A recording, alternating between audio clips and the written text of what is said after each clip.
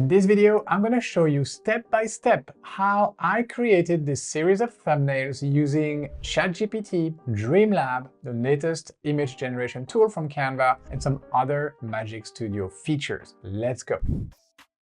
The very first thing you want to do is to pick a visual universe. By that, I mean you need to find a style that will be consistent across all of the different thumbnails. All right, guys, let me first show you what these thumbnails are for. I am creating and about to publish a class on Skillshare about the Magic Studio features. So let me show you the class first. This is what it looks like. I do have a thumbnail, which is kind of me as a magician with Magic Studio written in the background. And then I have 12 different lectures right here with the name of the individual Magic Studio features. So Dreamlab, Magic Design, Magic Write, etc. So the project of this tutorial is to create these 12 thumbnails that will represent the class and also the feature. So that's what's on the menu for today. Let's get started.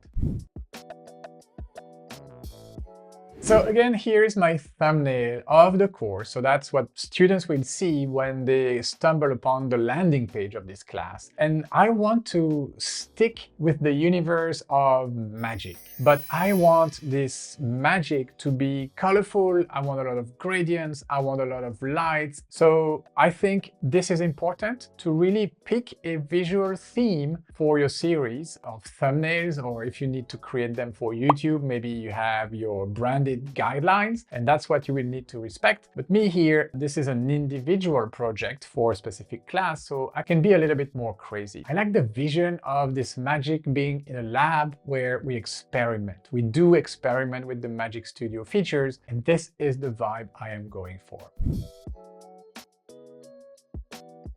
Since I'm going to be creating a series of thumbnails, I chose the presentation document type. So this is 16 by 9. I believe this is 1920 by 1080 pixels. You can double check that under the file button, 1920 by 1080. So that is the first thing. The second thing, you see, I have already renamed each of the pages right here with the name of my features. So if I come back to my Skillshare class right here, which is not yet published, you see it's still a draft. These page names correspond to each of the lectures that I have in the class. So I have 12 in total, and you see the 12 pages right here with the name of the feature already set up right here. So this will help me when I generate all of the visuals with Dreamlab, because they will just be visuals. It's unlikely they will already carry the name of the features, but I will know that this image corresponds to the Magic Design, or this other image corresponds to Magic Morph, because I will have put them on the corresponding page. So that is very important to stay organized so you don't get confused, you don't mix everything up.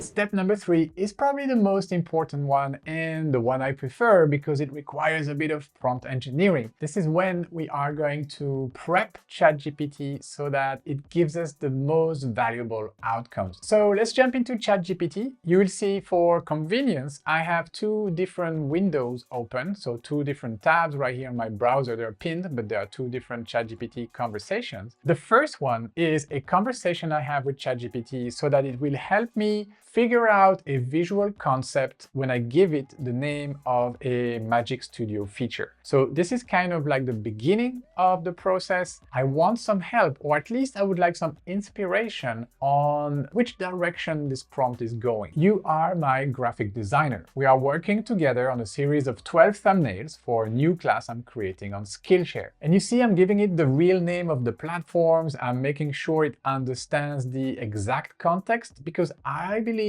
it will create some nuances to match the style of that specific platform. So it's important to say things as they are. The class is about new AI features in the Canva Magic Studio. Your task is to help me turn feature names into a concept for a thumbnail. All the thumbnails need to carry the same visual style, be consistent with the theme of the whimsical universe of magical science. That is the theme that we picked in step 1, remember? And be fun, colorful, and creative. So what I need from you is a simple concept in a few words. And then I give it two examples to make sure it understands. Number one, my input, so name of the feature, magic write. Then your input, a robot writer. Number two, my input, name of the feature, magic design. Your input, a magical machine that transforms words into images. So that's the prompt that I use to prep ChatGPT for its mission to be my graphic designer. Let's move on to the second window I have open, and that's kind of like the next logical step after I get the concept from ChatGPT. I will input that concept and turn that into a more elaborated prompt so that I have a robust prompt, a solid prompt that I can use in Canva's Dream Lab. All right, so now that we have our concept, let's get some solid prompts out of ChatGPT. So this time I primed ChatGPT, or I prepared it with the following prompt. So you are my prompt engineer. I'm going to give you a prompt example that will serve you as your guide. Then I will ask you to draft new prompts based on the guide, but about different subjects. And then I give it a reference prompt. And if you wonder where I got this prompt, okay, a highly detailed, professionally captured photograph featuring a tiny, adorable hummingbird, etc., this prompt comes from the homepage of Dreamlab. You see, when you use Dreamlab for the very first time, when you don't have yet your series of prompts, it gave you some examples of images. And if you use the hummingbird right here, so if you click on use, you get the prompt, the entire prompt that has been used to generate this specific image. So that is what I used as my reference prompt. So it is right here, and I finish my prompt by "Do you understand?" Just hit enter, and ChatGPT will answer to that question at the end. Do you understand? Yes, I understand. The reference prompt is highly detailed, etc., etc., etc. So I'm ready to create new prompts in this detailed style whenever you are. Just let me know the next subject. I believe I did a good job at priming ChatGPT both to get my visual concepts for the thumbnails and my detailed prompts. I am now ready to move to step number 4. At this stage, something I didn't expect happened with ChatGPT. As soon as I hit enter on that prompt that primed ChatGPT, giving it my two examples on this is my input, this is the output I would like you to generate. When I hit enter on that, it started generating names of magic features, real names, basically, and start doing the work without me even telling it to start. So I was pleasantly surprised about this. Some features are perfectly correct: magic eraser, magic edit, text to image, which is really called magic media, brand hub, not a magic studio feature, beat sync, not sure, but it is a Canva feature. So it did a pretty good job at anticipating my requests and already gave me some visual concepts. And you will see that we'll be repurposing some of these because some were pretty good. But this is not where I started. I started with my own prompt to kind of set the tone, okay? So the first prompt I put inside my second conversation, the one to help me generate more elaborated prompts, is this one right here, the mystical laboratory of a magician. Okay, I wanted ChatGPT to help me create a solid prompt so I can create a mystical laboratory of a magician. So here's a detailed prompt for a magical laboratory scene inspired by the style of the reference prompt. And then it gave me a very detailed prompt, all of this right here, which I'm not gonna read. So I copied that into Dreamlab, and these are the 4 images that I got right here. Okay, so let's have a closer look of my magical lab. We see a lot of skulls and stars that look like the star of Satan right here. So I was not completely convinced about this direction, artistic direction of where this was going. It was a little bit too dark and satanistic for me, I have to admit. So I just want to still show you the 4. You see this, for example, the skulls. I didn't like that vibe, too dark, not Canva-ish. So what I did, I came back to the conversation and I said, this last prompt generated images that are rather dark with skulls and symbols that made me think of Satan. So give me a more kid-friendly version of this prompt so that I have lots of colors, gradients, fun artifacts rather than dark ones. So this is very important, guys. If ChatGPT kind of sets you on a track that doesn't satisfy you in terms of what you get, then you need to correct it. It is your job to rectify the trajectory as soon as possible. So that's what I did here with this prompt right here, okay? Always remember, you are in control of ChatGPT, not the other way around. Okay, so he answered with a corrected prompt, this one right here, which I pasted into Dreamlab and got these 4 new images. So that's the first one. So we got this one right here, which is cool too, but I prefer the first one, this one. Also, like, this is already much better. You see lots of colors. We still have like little weird stuff, but they are weird in a non-dark way. They are weird and colorful ways. And out of the 4, the first one was my favorite one. So I hit download, uploaded that image into Canva right here by dropping it on my first page that says Dreamlab. So what I did from here, I simply clicked on the image, right click and set image as background. It's going to extend nicely because it's the exact same aspect ratio as my page. Now I can move on to the second feature, which is magic design. Coming back to my prompt generator conversation right here, my idea, my visual concept was a magical machine that transforms words into images. And so I got my detailed prompt right here, which I also copied, Control-C, came back to Dreamlab, pasted it, and there you go.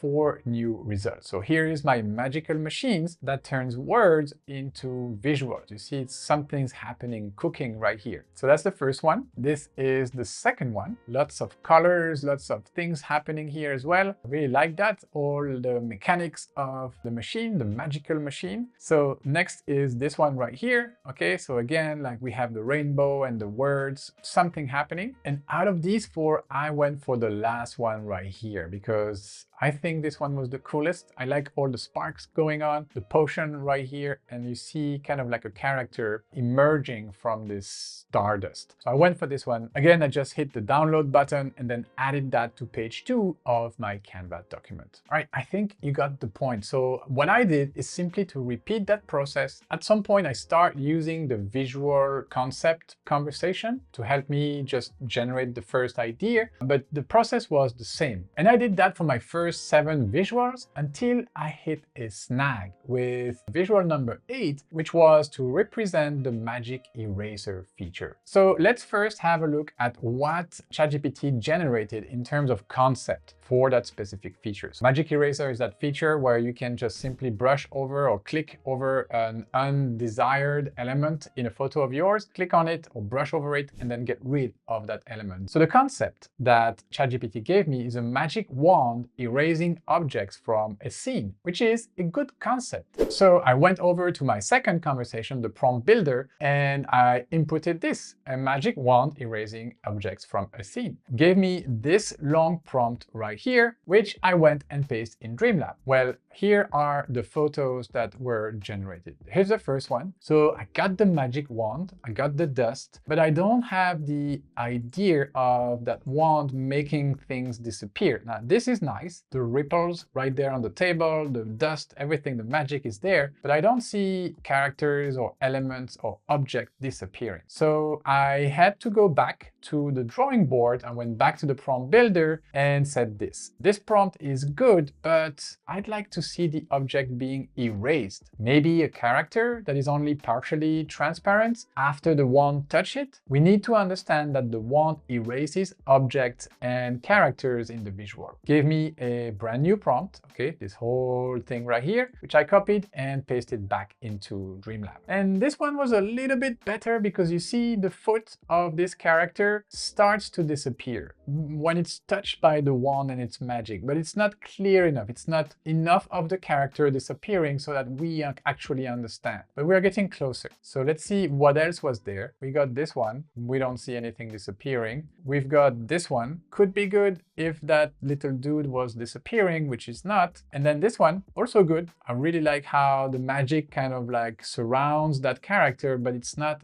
disappearing. So I tried again. I just hit generate again, got these 4 our new photos. Okay, this one, same problem. This one, same thing. Nobody's disappearing. So what I did is that I chose one of the photos, the one that I thought, okay, maybe I can do it myself. So this one seemed to be like the most easy, I would say, to modify. So I can maybe make these two guys disappear somehow. So I downloaded this image and brought it to Canva. So there you go. This is page number 8, Magic Eraser. So what I'm going to do right here, I'm going to use some other tools from the Magic Studio, okay? And here, guys, warning, because you are going to need a Canva Pro account or a paid account if you want to use that same feature called Magic Grab, because it's a paid-only feature. So if you don't have a Pro account, you won't be able to follow this specific step of the tutorial, or you can use our 30-day free trial for Canva Pro, which is going to be linked in the description of this tutorial, and unlock all of the features for 30 days. So the feature is this one. When you click on the photo, click on Edit and find Magic Grab, okay, this feature right here. So what Magic Grab does, it allows you to select part of your photo by simply clicking or brushing over a character. So me, I'm going to try the click. I'm going to try clicking on this guy right here. Let's see if Magic Grab recognizes it. Yes, it does. So that's very good. I'm going to start with this one. I'm going to click on Grab. And now Canva is going to automatically detach that little potato head from the rest of the image. You see, now I have it here. I can move it if I want. Okay. So what I'm going to do first thing is to Command C, Command V. Duplicate the little character. And second thing I'm going to do, I'm going to reduce the duplicate to about this size right here. And I'm going to modify the one in the back. So making sure I'm not selecting the cropped part, but the one from the back. And now I'm going to add some transparency to this guy, almost making it disappear. Just enough so we still see that something's going on there, but it's disappearing. And now, of course, this transition right here is pretty rough because there's a clear line here and we see this image has been manipulated. So in order to mask that, I went back to the Canva library, okay, under Elements, and start to search for gold dust. So something like this, you know, see all, and you see all of these gold dust thingies right here. So something like this could work. So I'm gonna take that and make it more or less the size of my, let me zoom in here so I actually see what I'm doing, making this the size of my little guy right here. And I'm going to try to just put it nicely right where it disappears. Let me see if I can find some more of this gold dust, maybe something like this. Okay, just need to put it at the right size. I want to show that this guy is disintegrating, kind of dissolving into gold dust by being touched by the magic wand. Okay, I can add maybe one more.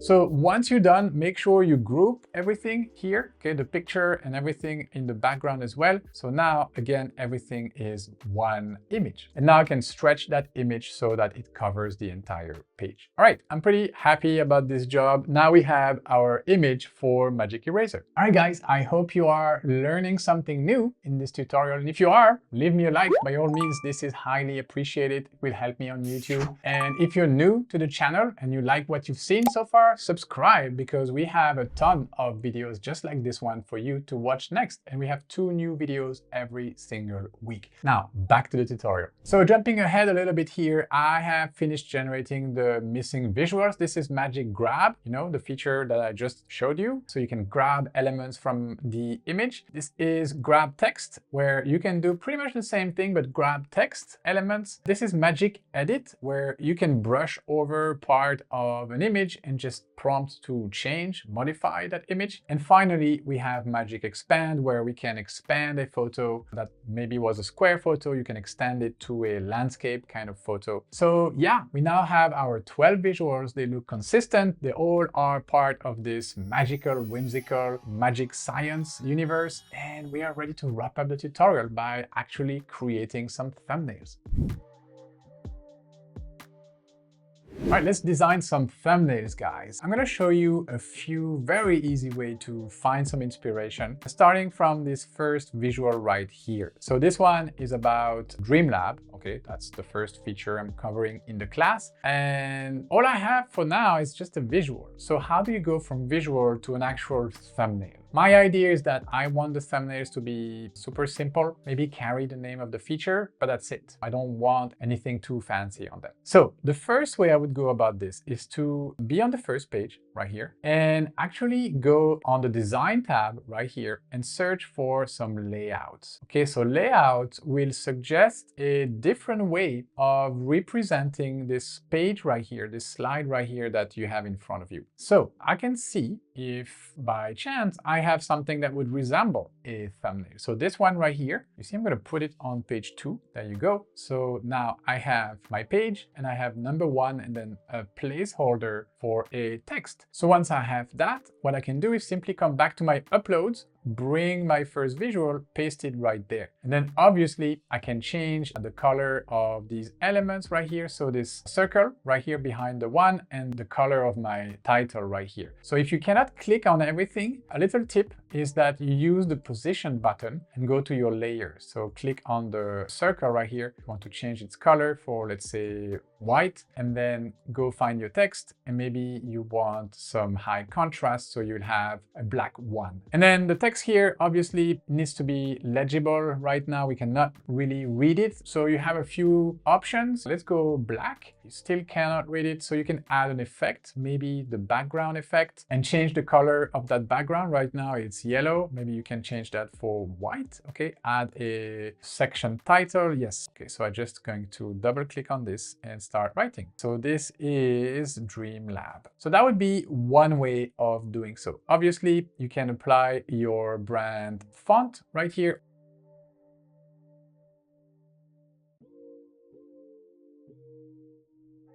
That would be one style of a thumbnail. Now, let me show you how you can go deeper, still using the layouts feature. So once you have created something else that looks more like a thumbnail already, go back to your design tab and layout, because now you see Canva is going to suggest some more elaborated thumbnails with all sorts of placeholders. So what I'm going to do is to add a few blank pages right here. Let's say 4 more. Come back here, go back to the layouts, and start adding the ones that I find interesting on my different pages. So this one was interesting. This one also interesting. Could have some cool style. Again, coming back to slide number 2, this slide right here, this is important to always come back to it. This one I like, and let's have one more. Let's go for this one right here. All right, so I'm gonna go full screen so you see what happened here. I have generated from my first layout 4 additional layouts, 4 additional styles for my thumbnail. So this is one, this is another one, which is pretty cool. This is another one. I like the irregular shape right here. And this is the last one. Obviously, you can further customize them. You don't need to go for these colors. Once you have them, go to styles this time and style them. So I could go black and white, could shuffle this. I could change my brand kit right here for something, for example, let's say our Team Rondi's brand kit. Team Rondi thumbnail. Yep, let's go for this one. And then change it very easily for our branded colors. Once you find a style that you like, you can either copy it. If you are a pro user, you can click on the 3 little dots right here, copy page style. Then I'm going to select the 3 next pages. This only works for pro users, guys. This is a trick that I discovered not so long ago. Click on the 3 buttons again and then paste the page style. You see, it's a pro feature. And then now all of the pages will carry my brand style from my brand kit. So this is pretty cool. So this is one direction. You could go in any direction you like, but I was just showing you the first way, the first hack, I would say, to generate these layouts for your thumbnail. Now, another way of going about this, instead of using the layouts, okay, under your design button, use the templates and just search for a YouTube thumbnail, for example. You will find some interesting thumbnails. Once you modify them, then you will have an already made YouTube thumbnails. I'm not so keen of these ones because they are not usually very attention grabbing, but they're here. And so you could have a look at these and see if you find anything that is working for you. basically. Let's find one more and then we just move on and wrap up the tutorial. Maybe this one, I'm gonna put this one on this page right here. So you see lots of colors, but once you swap for your photos, it won't look that good. So I actually prefer working with the layouts versus working with the actual thumbnail templates because they just look better. All right, guys, we are almost at the end of this project. Now, let me show you a few different versions I created of my thumbnail, a few different styles that I put together when I was researching for this tutorial. So you actually see what you can do. And then we'll have the grand reveal and I will show you the 12 thumbnails that I have created and the ones that will be going to my Skillshare class. All right, starting up with the first one. This is actually straight from one of these layouts. This one I liked for the irregular shapes. This was pretty cool, but I felt like it gave me only limited space to showcase my visual. So I discarded this one as well. This one I liked. You see, I tweaked it with a little gradient frame around my feature name. I added as well a gradient circle with the number of the feature and some sparkles, but still like it gave me a limited amount of space for showcasing my visual. And then I had this one, which is the one I ended up choosing. I think it's simple, I think it's efficient, and it allows me to show the visuals full screen. So this one is the one I went for. Now, let me show you the final outcome. So there you go. Here is my series of thumbnails. We have Dreamlab, we have Magic Design, we have Magic Write with the little robot writing. I love this one. Magic Switch. Magic Switch allows you to resize your documents to a different type of document easily. Magic Animate with the potion animating the characters. Magic Morph with the rabbit morphing into a butterfly. Magic Media turning prompt into graphics or photos. Magic Eraser. This is the final version. You see, I played around with the placement of this little guy because this title was actually right on top of my disappearing little character right there. I also added some disappearance on the other character so it becomes clearer, and also in terms of layout I just had to do this little moving around. We have Magic Grab, Grab Text, Magic Edit, and finally Magic Expand. All right, so I have all of my images downloaded, and one of the benefits of renaming your pages in a Canva document is when you download your designs, they will carry the name of the page, which is very convenient. This is exactly why I renamed these pages in Canva, so that now when I have to upload that to my Skillshare class, I know exactly which thumbnail goes with which lecture. So let me show you the final outcome on Skillshare. And there you go. Everything is up and running. I just need to save my draft and let me zoom in so you can see how beautiful this class looks now with the thumbnail, and then every single lecture has its dedicated thumbnail. They all look consistent from the same universe, and I believe we accomplished our mission. What do you say?